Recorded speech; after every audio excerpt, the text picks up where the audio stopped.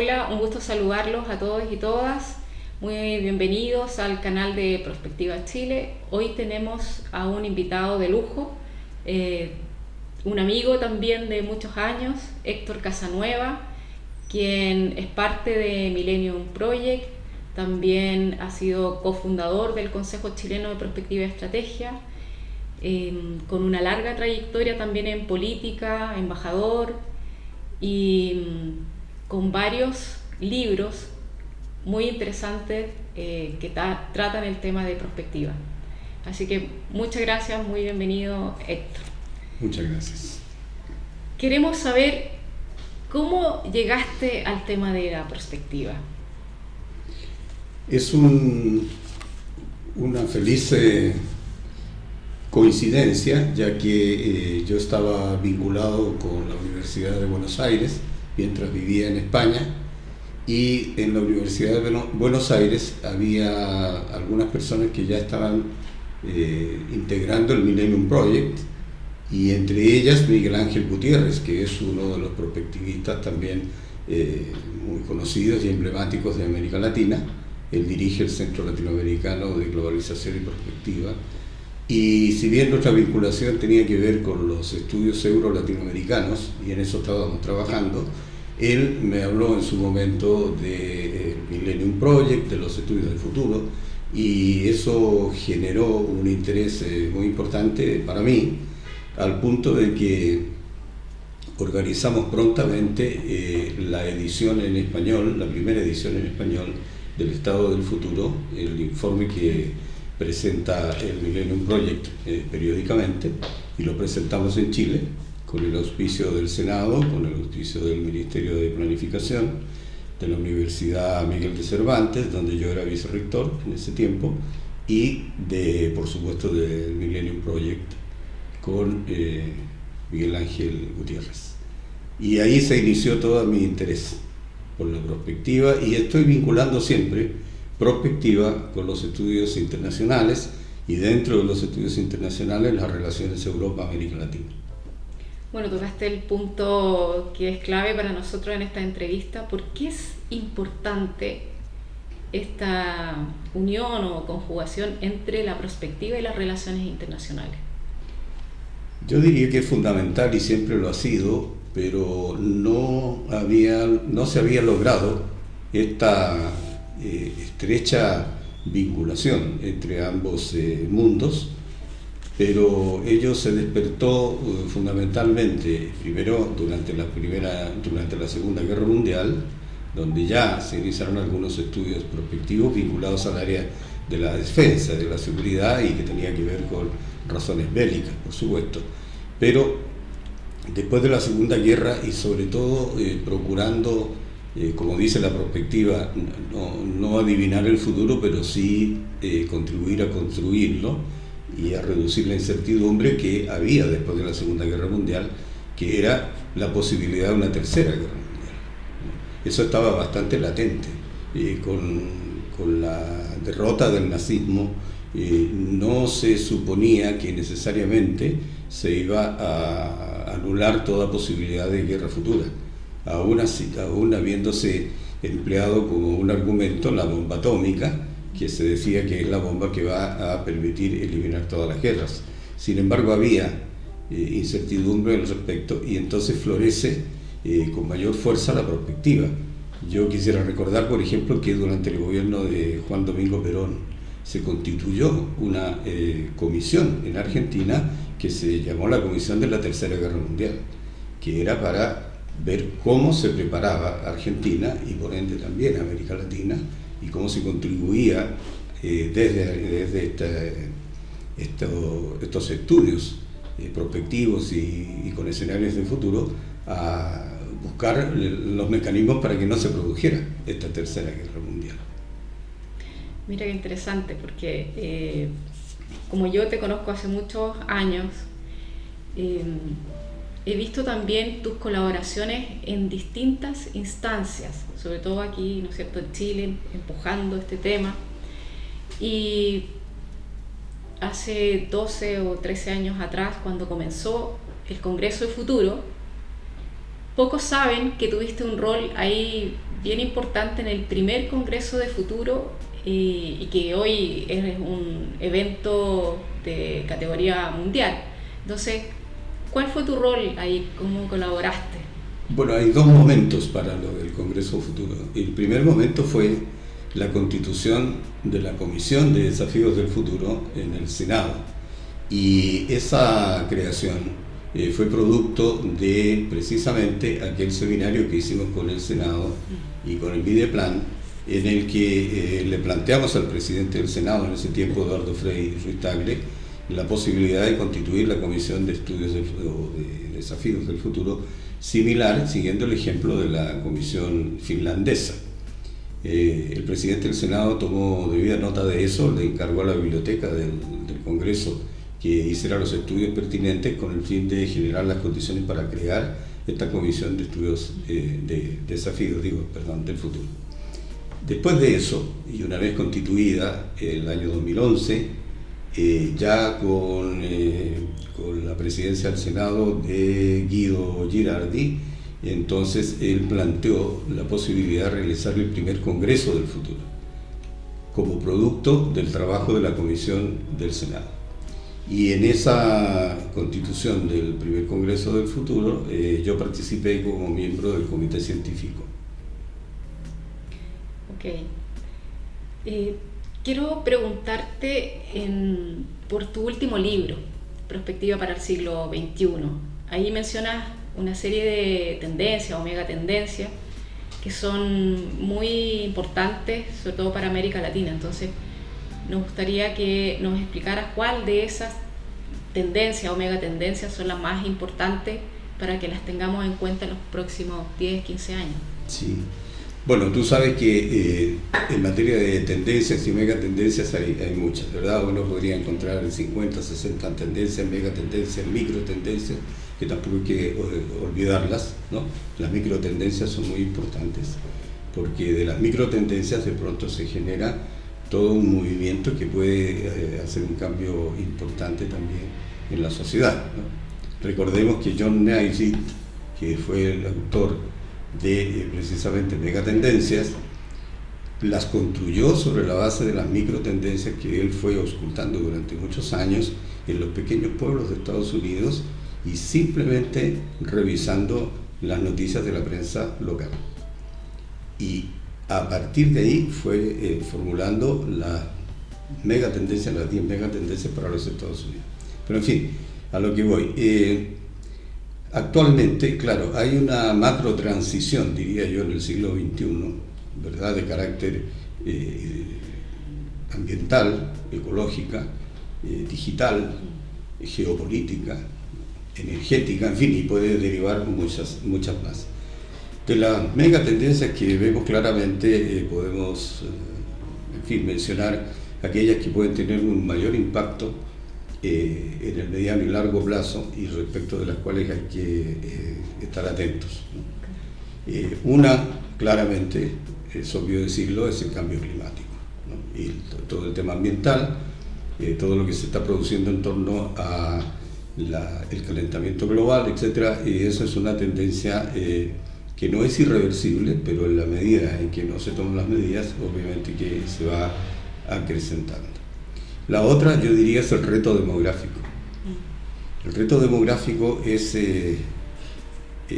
tal vez el que mayor impacto puede tener dentro de lo que es un escenario de futuro negativo, puesto que se va produciendo el fenómeno de que la población de los países desarrollados va disminuyendo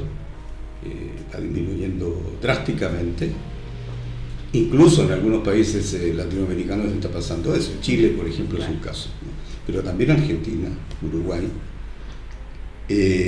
Y por otra parte, la población sigue aumentando dinámicamente, precisamente en los países menos adelantados, para seguir la denominación que le da las Naciones Unidas a los países que antes llamábamos subdesarrollados, ¿verdad?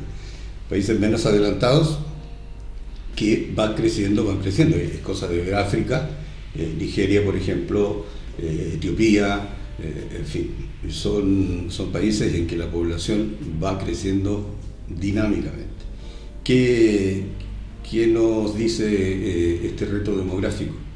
Que al 2050 vamos a tener unos 2.000 millones más de personas en la Tierra, que de esos 2.000 millones la mayor parte va a provenir del llamado tercer mundo o países menos adelantados, que además en esos países la mayor parte de esa población va a ser joven todavía, mientras en los países desarrollados va a ser una población envejecida.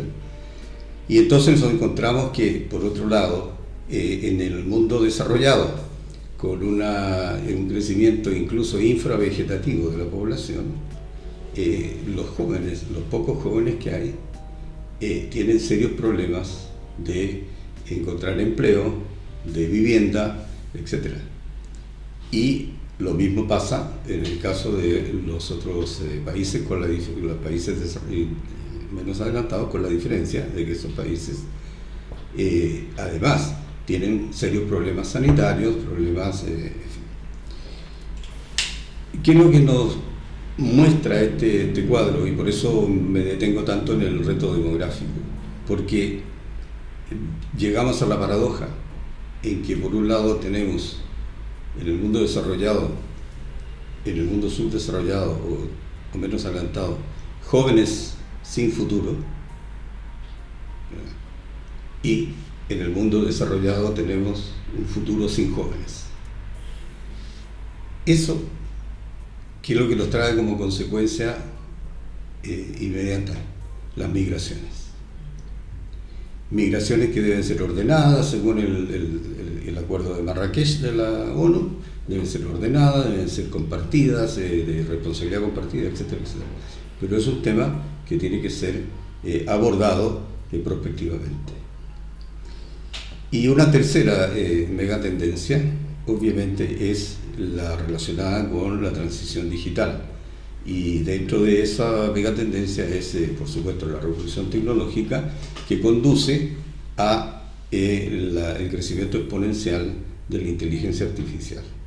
Inteligencia artificial que puede ser estrecha, como es hasta ahora, pero que ya está pasando a ser inteligencia artificial general y que puede transformarse en una superinteligencia artificial.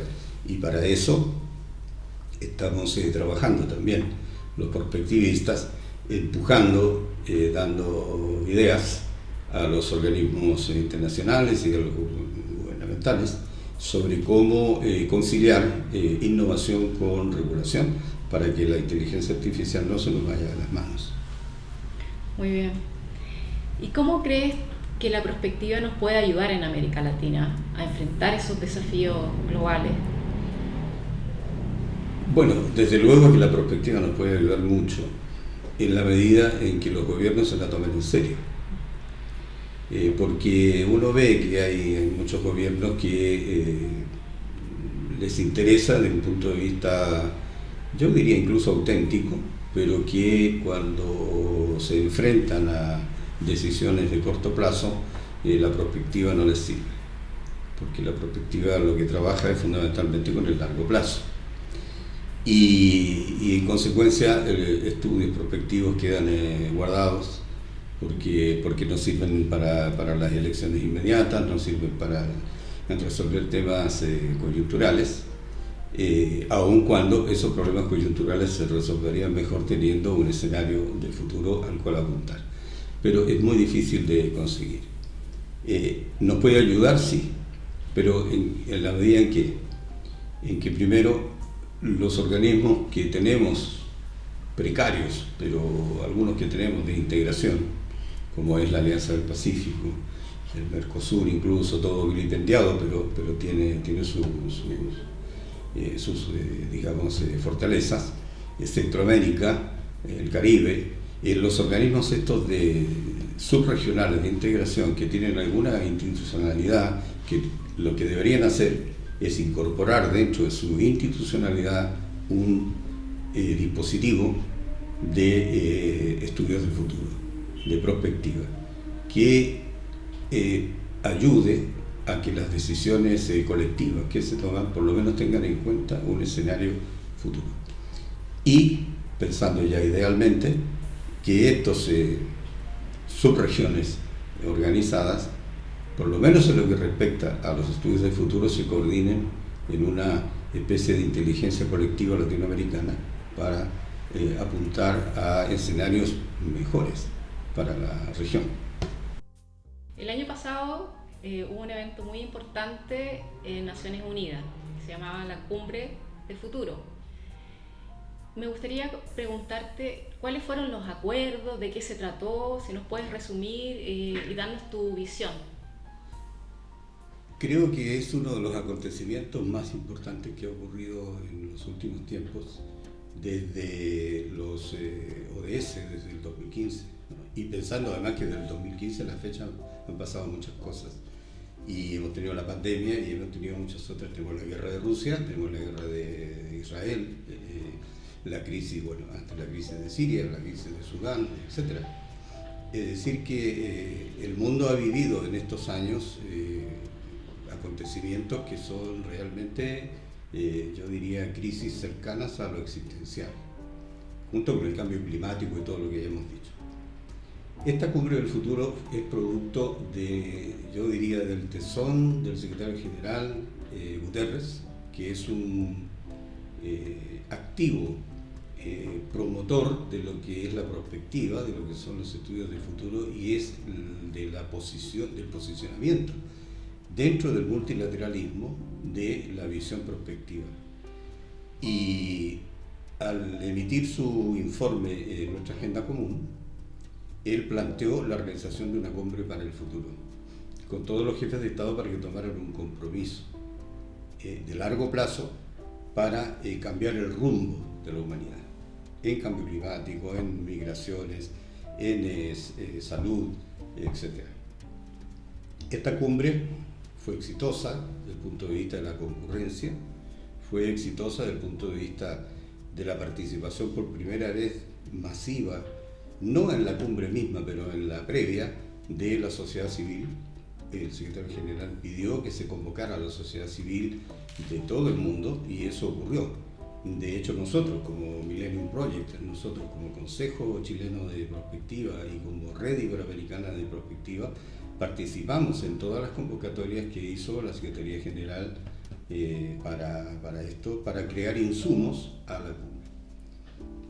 El producto de la cumbre fue el Pacto por el Futuro, el Pacto Digital Global, que abarca además todos los temas de inteligencia artificial y la revolución tecnológica, desde el punto de vista obviamente de los derechos humanos, y lo que se llama la Declaración por las Generaciones Futuras.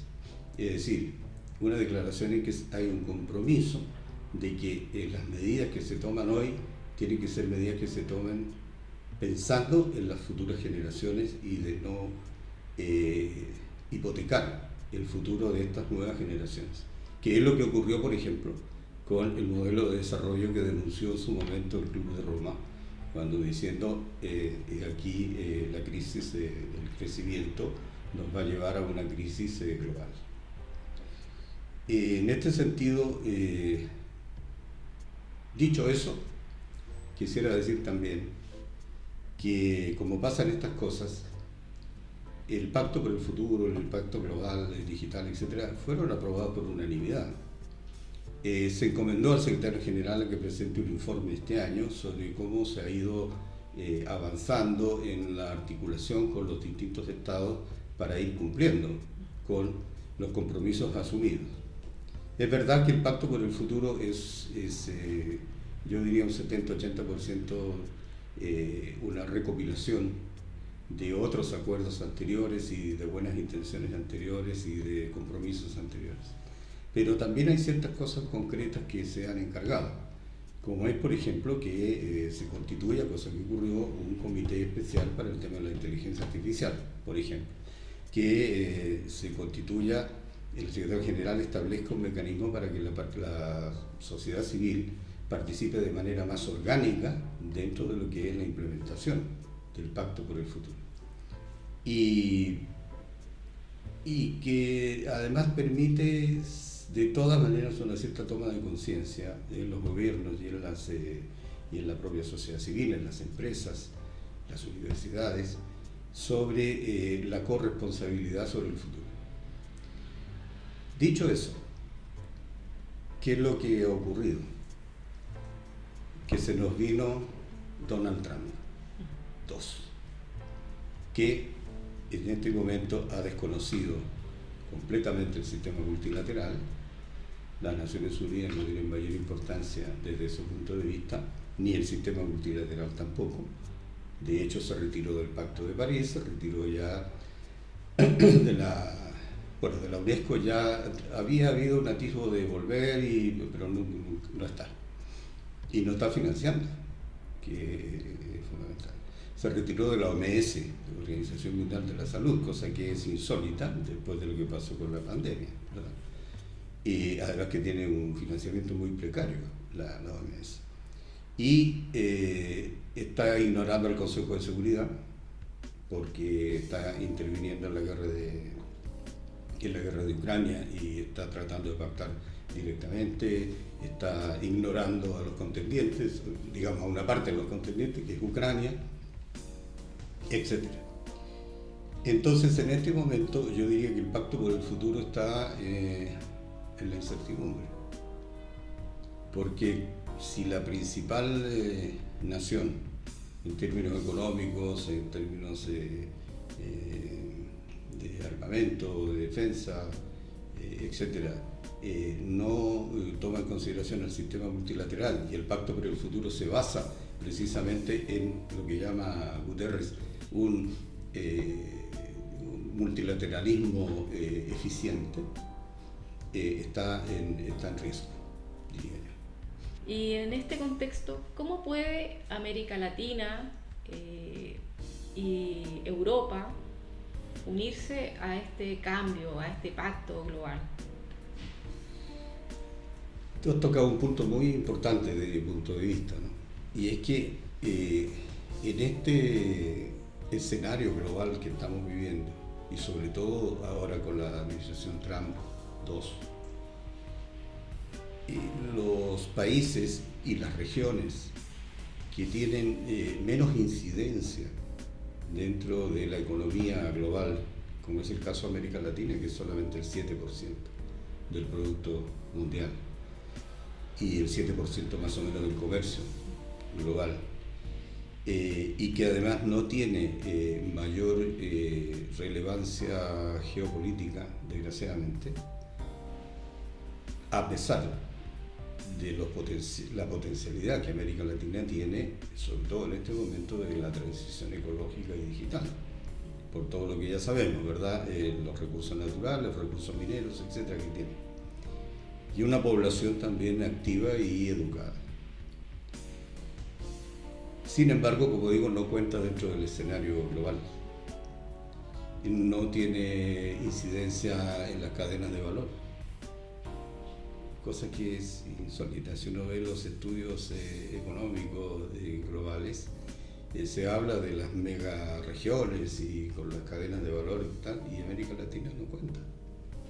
Entonces, una región como América Latina, con países como los nuestros, necesita alianzas en el mundo que coincidan con los valores históricos que la caracterizan y que coincidan también con cierta forma de entender la convivencia social, claramente lo del estado del bienestar, que es una herencia de la Europa de posguerra que se transmitió fuertemente a América Latina y que nosotros hemos tenido en cuenta para construir nuestros propios sistemas de seguridad social, algunos más precarios, otros menos. Pero entonces, la relación estratégica de América Latina con Europa, y no hablo solo de la Unión Europea, sino de los 46 países que forman la Comunidad Política Europea, esta relación estratégica sí que nos fortalecería a ambas regiones para enfrentar, por ejemplo, la guerra tecnológica y comercial entre Estados Unidos y China, para enfrentar los riesgos en seguridad que nos plantea globalmente la guerra de Rusia con Ucrania, puesto que no es una guerra localizada, es una guerra que tiene un potencial de destrucción nuclear que nos puede tocar a todos. Esta alianza, más que cooperación, alianza política entre Europa y América Latina, creo que puede ayudar a equilibrar las cosas en el escenario global, y si además de eso somos capaces, las dos regiones, cada una con una institucionalidad distinta, ¿verdad? Porque Europa tiene una institucionalidad, sobre todo la Unión Europea, es un espacio integrado, que tiene políticas comunes, que tiene presupuestos comunes, que tiene, etc. América Latina no, pero hay subregiones que pueden concatenarse y que pueden... Si esta alianza se concretara con visión de futuro, y en conjunto nos hiciéramos las preguntas clásicas de la perspectiva para construir un escenario de futuro común, eso tendría un impacto en el sistema internacional muy fuerte, porque somos el 30% de las Naciones Unidas cuando nos unimos. Somos casi el 40 y algo por ciento del G20, por ejemplo, ¿no? Del punto de vista intelectual y científico, es verdad que la Unión Europea es un gigante en materia de investigación e innovación. Nosotros no lo somos y por eso mismo lo necesitamos, pero tenemos que pensar que entre las dos regiones, en materia de educación superior, somos 51 millones de estudiantes, sumando solo los de la Unión Europea con América Latina. 4.500.000 profesores de educación superior. Y no estoy contando además los científicos, investigadores, etc. Esa masa crítica, por ejemplo, puesta en clave prospectiva, puede sustentar una alianza estratégica de las dos regiones que le hará muy bien a la humanidad. Y en eso tenemos que trabajar.